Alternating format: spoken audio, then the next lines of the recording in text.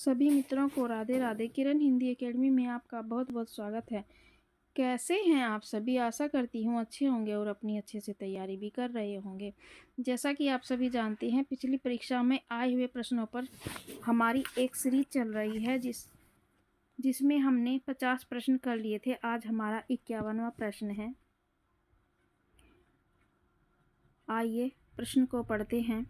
अपभ्रंश को पुरानी हिंदी सर्वप्रथम किसने कहा है? अपभ्रंश को पुरानी हिंदी सर्वप्रथम किसने कहा है?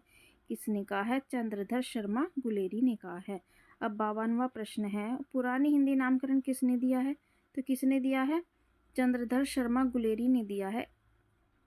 KVS 2018 में ये प्रश्न आया है और TGT में ये प्रश्न आया हुआ है। पुरानी हिंदी नामकरण किसने दिया है? चंद्रधर शर्मा गुलेरी ने दिया है। यह प्रश्न किस तरह से एक ही प्रश्न को बार बार घुमाया गया है, ये सारे प्रश्न एक ही जगह रख दिए गए हैं। अब हम 53वां प्रश्न करते हैं, जो यही प्रश्न है। पंडित चंद्रधर शर्मा गुलेरी ने किसको पुरानी हिंदी का प्रथम कवि स्वीकार किया है? किसको किया है? राजा मुंज को किया है। किसको किया है चंद्रधर शर्मा गुलेरी ने? राजा मुंज को। 54वां प्रश्न हमारा पंक्ति से है। पहली ताव न अनुहुरई गोरी मुहक्कम लश अहिठी पुनी उन्नमयी पड़ी पहली चंदस। प्रस्तुत काव्य पंक्ति किस कवि की है? किसकी है ये? हेमचंद्र की। ये भी आया BPSC PGT परीक्षा 2023 में आया हुआ प्रश्न है।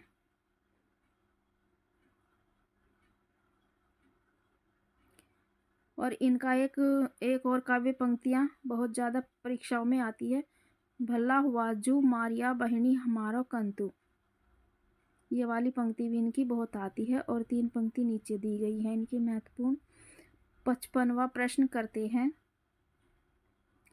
अपभ्रंश का वाल्मीकि किसे कहा जाता है? अपभ्रंश का वाल्मीकि किसे कहा जाता है? किसे कहा जाता है? स्वयंभू को। किसको कहा जाता है? स्वयंभू को। इसकी व्याख्या करते हैं। स्वयंभू को अपभ्रंश का वाल्मीकि अपभ्रंश का प्रथम कवि कहते हैं। इनकी प्रमुख कृति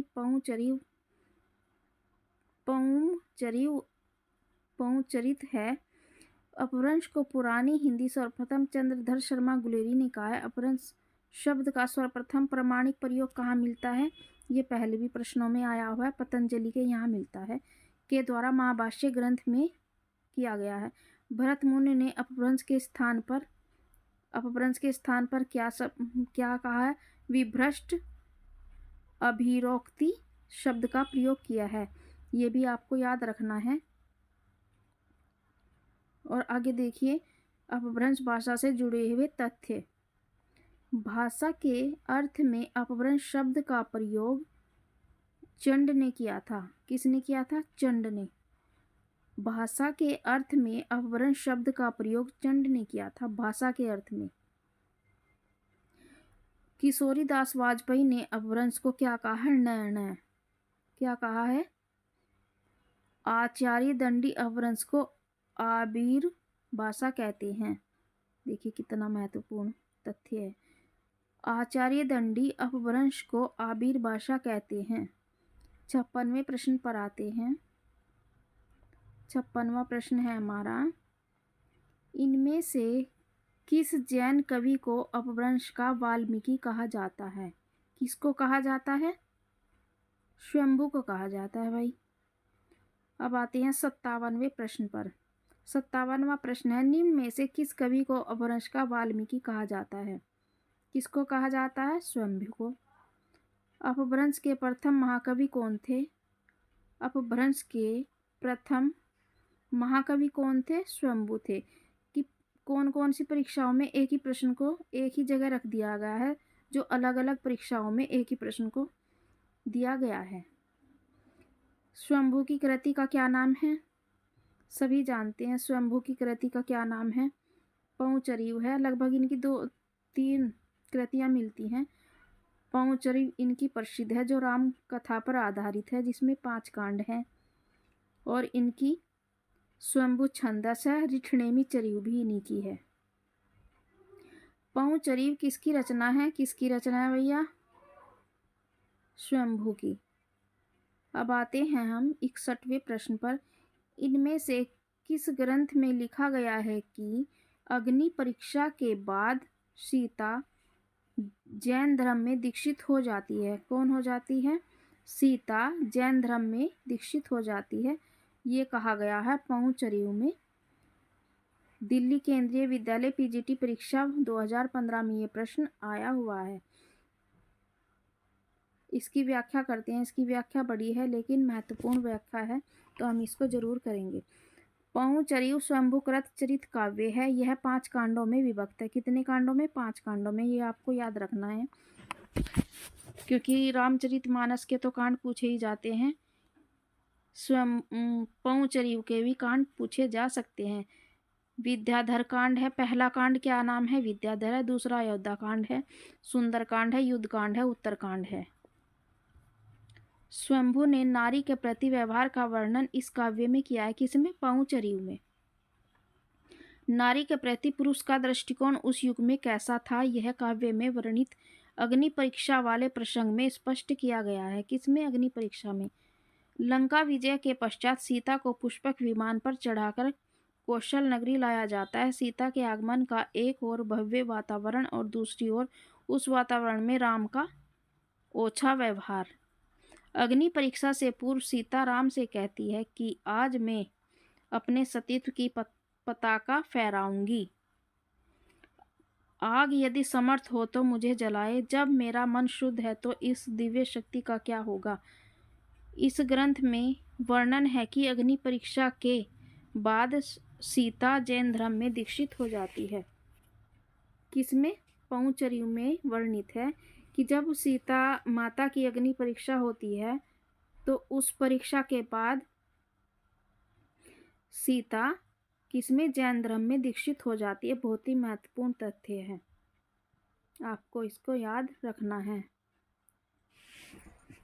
62वां प्रश्न है। स्वयंभू का रामायण को हिंदी का सबसे पुराना और सबसे उत्तम काव्य किसने माना है? किसने माना है? स्वयंभू का रामायण को हिंदी का सबसे पुराना और सबसे उत्तम काव्य किसने माना है? राहुल सांकृत्यायन ने माना है। स्वयंभू का रामायण अर्थात पहुचरिव को राहुल सांकृत्यायन ने हिंदी का सबसे पुराना और सबसे उत्तम काव्य माना है।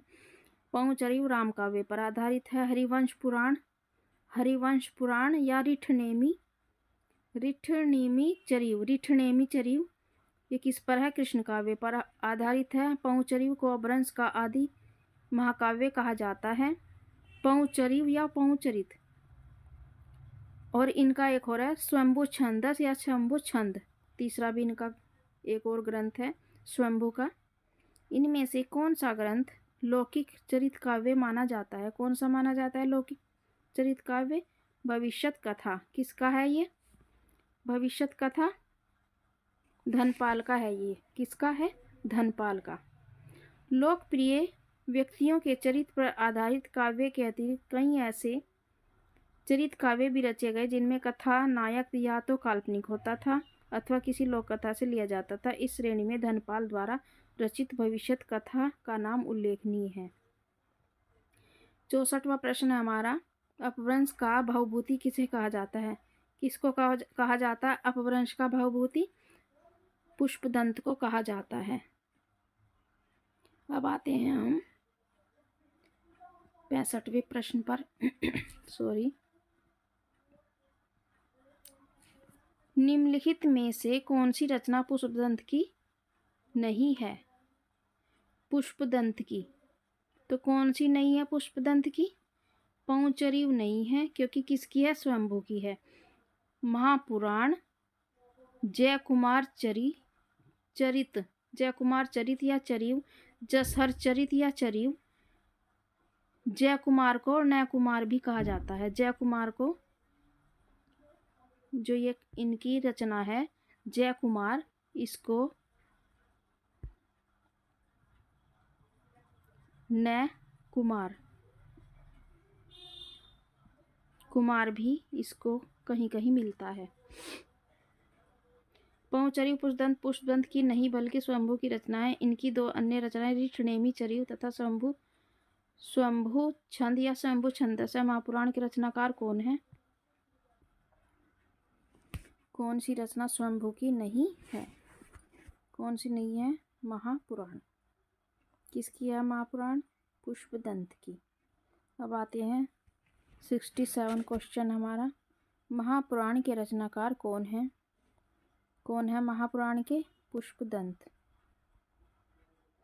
इसकी थोड़ी सी व्याख्या पढ़ते हैं। अपभ्रंश के कवि पुष्पदंत की रचनाएं हैं महापुराण, जय कुमार चरियु तथा जसहर चरियु। महापुराण में अनेक घटनाएं और चरित्र हैं। इनमें कवि ने 63 कितने 63 महापुरुषों की जीवन घटनाओं का वर्णन का विषय बनाया है। घटनाओं को वर्णन का विषय बनाया। प्रसंगवश इसमें रामकथा को भी स्थान मिला है। कितने महापुरुषों की? 63। किसमें? महापुराण में। अब आता है हमारा टॉपिक चेंज। अमीर खुसरो पर आधारित हमारे प्रश्न चलेंगे। अमीर खुसरो किस नाम से जाने जाते थे? किस नाम से जाने जाते थे? तूतीय हिंद से। किससे? तूतीय हिंद से। अब इसकी व्याख्या पढ़ते हैं। अमीर खुसरो का पूरा नाम अब्दुल हसन यमुनुद्दीन खुसरो है। बहुत इम्पोर्टेंट तथ्य है क्योंकि परीक्षाओं में बार बार आता है, ध्यान रखना है। इनके पिता का नाम सैफुद्दीन था। क्या था? सैफुद्दीन। इनका जन्म 1253 ईस्वी में वर्तमान कासगंज उत्तर प्रदेश के पटियाली नामक कस्बे में हुआ था। अधिकतर आपको पटियाली भी याद रखना है और कासगंज भी याद रखना है। अधिकतर जो प्रश्न में बनकर आता है पटियाली ही याद आता है, लेकिन आपको कासगंज भी याद रखना है।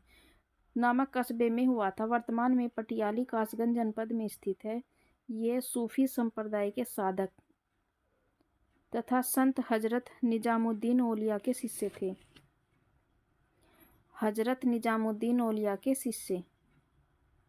इनके गुरु का नाम याद रखना है। हजरत औलिया इन्हें तुर्क ए अल्लाह। क्या? तुर्क ए अल्लाह। कौन? हजरत औलिया इन्हें तुर्क ए अल्लाह कहकर पुकारते थे। खुसरो को हिंदी खड़ी बोली का पहला लोकप्रिय कवि माना जाता है। ये मुख्य रूप से फारसी के कवि थे। इन्हें तूतीय हिंद के नाम से भी जाना जाता है। उत्तर प्रदेश माध्यमिक शिक्षा चयन बोर्ड ने इस प्रश्न का उत्तर अपनी प्रारंभिक उत्तर कुंजी में विकल्प बी दिया था। यानी कि क्या दिया था? विकल्प बी तोताए हिंद, लेकिन इनको तूतीय हिंद ही कहा जाता है। किंतु संशोधित उत्तर कुंजी में विकल्प ए को सही माना गया है। अब हमारा प्रश्न आएगा 69 हमारा प्रश्न है और ये है किससे? कथन से प्रश्न है हमारा। प्रश्न बहुत ही अच्छे हैं जो परीक्षाओं में बार बार आए हुए हैं। मैं हिंदुस्तान की तूती हूँ। अगर तुम वास्तव में मुझसे कुछ पूछना चाहते हो तो हिंदवी में पूछो, जिससे कि मैं कुछ अद्भुत बातें बता सकूं। किसमें? हिंदवी में। यह किसका कथन है? यह स्वयं अमीर खुसरो का कथन है। अमीर खुसरो ने कहा था, मैं हिंदुस्तान की तूती हूँ। अगर तुम वास्तव में मुझसे कुछ पूछना चाहते हो तो हिंदी में पूछो, मैं तुम्हें हिंदवी में अनुपम बातें बता सकूंगा। मनसदी किरानुस सादेन में भी हिंदवी के संबंध में इसी प्रकार की उदात्त भावनाओं से परिपूर्ण इनके उद्गार उपलब्ध हैं। ये किसके विषय में है? ये अमीर खुसरो के। अमीर खुसरो की रचना खालिकबारी वस्तुतः है। क्या है? पहेलियों का संकलन है, कह मुकरियों का संकलन है, मनोरंजन परक रचना है। उपयुक्त में से अधिक, उपयुक्त में से कोई नहीं। जो खालिकबारी है ना, ये कोश ग्रंथ है, शब्द कोश ग्रंथ है, तो इसमें से उपयुक्त में से कुछ नहीं है। अमीर खुसरो की रचना खालिक बारी वस्तुतः कोश ग्रंथ है जिसमें अरबी, फारसी, तुर्की तथा हिंदी के शब्द हैं। इसमें 237 शब्द अरबी के हैं। कितने? 237 शब्द किसके हैं? अरबी के हैं। 475 हिंदी के हैं। 882 फारसी के हैं। हिंदी के कितने हैं? 475। 450 शब्द किसके हैं? हिंदी के। तथा 2 तुर्की के शब्द हैं। कितने? 2, सिर्फ 2। ये शब्द पर्यायवाची कोश के रूप में हैं।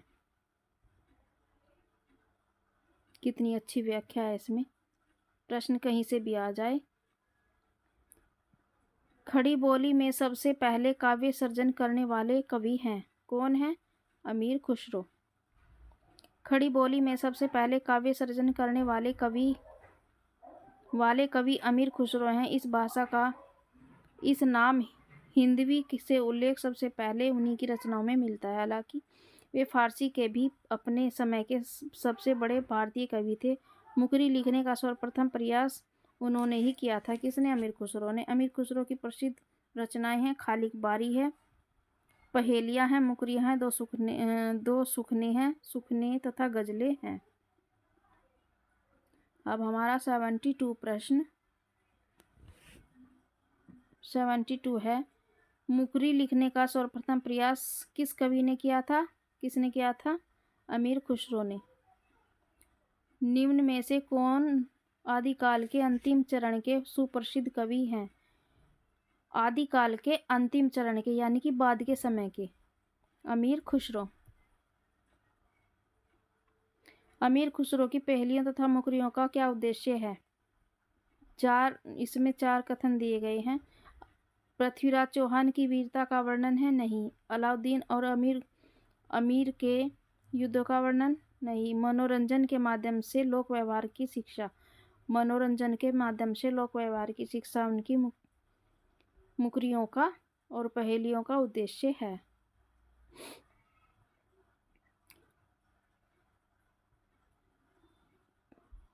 75वां प्रश्न है हमारा, आदिकाल में पहेलियां और मुकरियां की रचना करने वाले कवि कौन है? कौन है? अमीर खुसरो हैं। 76वां प्रश्न है, जे हाल मिसकी मकुन तगाफुल दुराए नैना बनाए बतिया, इस प्रसिद्ध पंक्ति के रचनाकार अमीर खुसरो।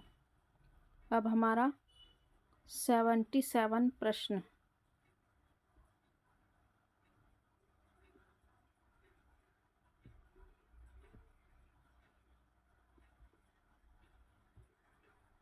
अमीर खुसरो हिंदी साहित्य के किस काल से संबंधित कवि हैं? ये हैं आदिकाल से। खुसरो का लक्ष्य जनता का मनोरंजन था, पर कबीर धर्मोपदेशक थे। यह किसकी पंक्ति है? ये आचार्य रामचंद्र शुक्ल की पंक्ति है।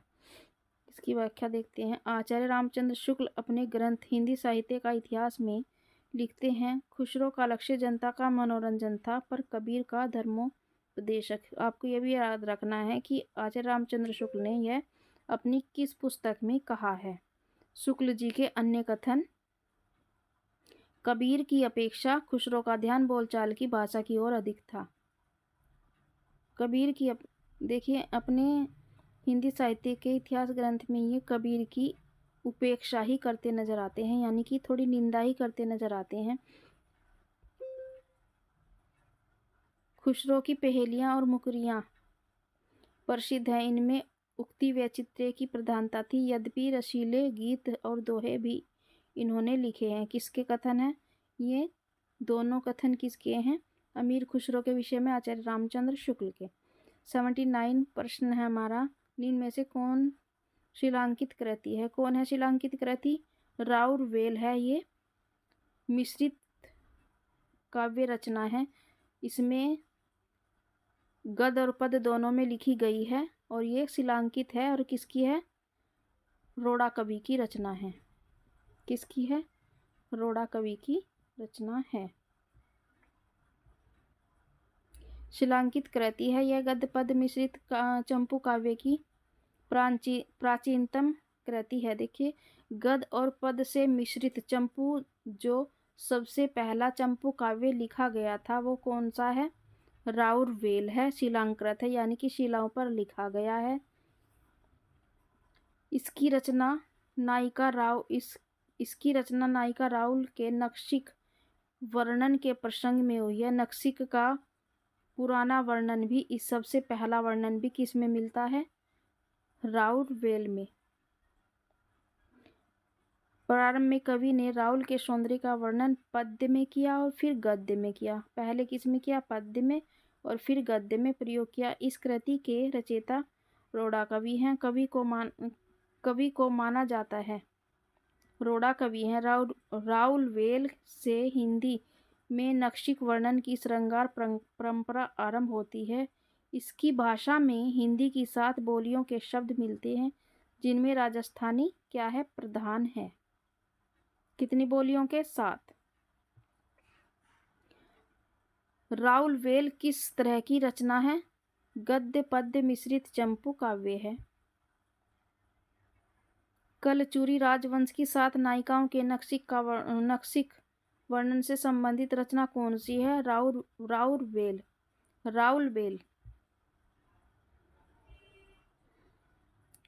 82 प्रश्न है हमारा। कुवलयमाला कथा के लेखक हैं, कौन है? उद्योतन सूरि। कुवलयमाला तथा आदिकालीन गद्य साहित्य है, जिसके लेखक उद्योतन सूरि हैं। उक्ति व्यक्ति प्रकरण किसकी है? दामोदर शर्मा की है। वर्ण रत्नाकर ज्योतिश्वर ठाकुर की है। राउरवेल चंपू रोड़ कवि की है। ये बहुत ही महत्वपूर्ण रचनाएं हैं हिंदी गद्य साहित्य की। 83 क्वेश्चन है हमारा। निम्नलिखित में से कौन व्याकरण ग्रंथ के रूप में प्रतिष्ठित है? व्याकरण ग्रंथ निम्नलिखित में से कौन है व्याकरण ग्रंथ? उक्ति व्यक्ति प्रकरण किसकी है? दामोदर कवि की। उक्ति व्यक्ति प्रकरण व्याकरण के रूप में प्रतिष्ठित है। महाराज गोविंद चंद्र के सभा पंडित दामोदर शर्मा ने 12वीं शताब्दी में इस पुस्तक की रचना की थी। डॉक्टर हजारी प्रसाद द्विवेदी के शब्दों में उक्ति व्यक्ति प्रकरण एक महत्वपूर्ण ग्रंथ है। हिंदी व्याकरण की ओर उस समय ध्यान दिया जाने लगा था, यह भी इस पुस्तक से सिद्ध होता है। मैथिली हिंदी में रचित गद्य में पुस्तक वर्ण रत्नाकर डॉक्टर सुनीति कुमार चटर्जी और पंडित बबुआ मिश्र के संपादन में एशियाटिक सोसाइटी ऑफ बंगाल में से प्रकाशित हुई थी। उक्ति व्यक्ति प्रकरण यह ग्रंथ है, कैसा ग्रंथ है? व्याकरण ग्रंथ है। उक्ति व्यक्ति प्रकरण के रचनाकार कौन है? दामोदर शर्मा। 86 प्रश्न है। निम्न में से कौन सी रचना व्याकरण ग्रंथ है? कौन सी रचना है व्याकरण ग्रंथ? उक्ति व्यक्ति प्रकरण। निम्न में से कौन सी भाषा आदिकाल की है? कौन सी है? डिंगल पिंगल।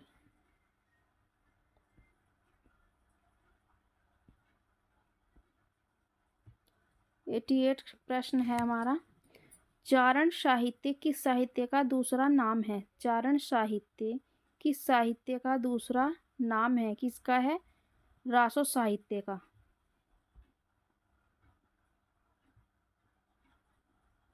89 प्रश्न है हमारा। निम्नलिखित में से कौन 84 सिद्धों में नहीं है? 84 सिद्धों में कौन नहीं है? सारंगधर। और ये सारंगधर नहीं है। 90 प्रश्न है हमारा। 90 क्वेश्चन है। सिद्धों की संख्या कितनी मानी जाती है? सिद्धों की संख्या कितनी मानी जाती है? 84, जिसमें 4 महिला सिद्ध हैं। 4। आदिकाल में किस प्रकार का साहित्य लिखा जा रहा था? किस प्रकार का?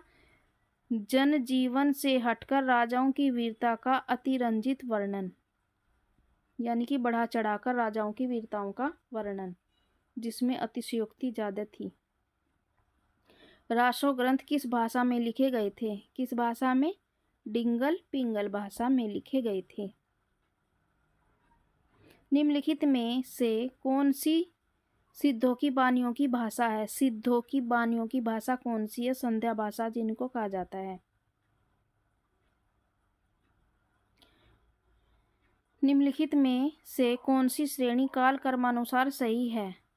बीशलदेव रासो, पृथ्वीराज रासो, हमीर रासो, खुमान रासो। तो पहला ही है बीशलदेव रासो। पृथ्वीराज रासो, हमीर रासो, खुमान रासो।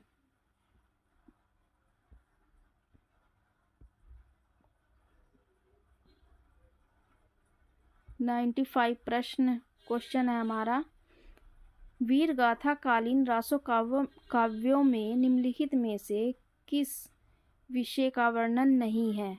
वीर गाथा कालीन रासो काव्यों में किसका वर्णन नहीं है? आश्रयदाताओं का अतिरंजनापूर्ण वर्णन मिलता है। इतिहास और कल्पना का मिश्रण, थोड़ा इतिहास भी मिलता है लेकिन कल्पना का मिश्रण भी मिलता है। कृष्ण लीलाओं का प्रतिपादन, इसमें कृष्ण लीलाओं का प्रतिपादन नहीं है। युद्धों का सजीव एवं गत्यात्मक वर्णन मिलता है। 96 क्वेश्चन है, उपदेश रसायन के रचनाकार हैं। उपदेश रसायन रास के रचनाकार कौन है? जिनदत्त सूरि। कौन है? जिनदत्त सूरि। जिनदेत उपदेश, जिनदेत उपदेश। 97 क्वेश्चन है, हिंदी साहित्य के 700 से 1400 ईस्वी के कालखंड को ग्रियर्सन ने क्या नाम दिया? क्या नाम दिया था उन्होंने?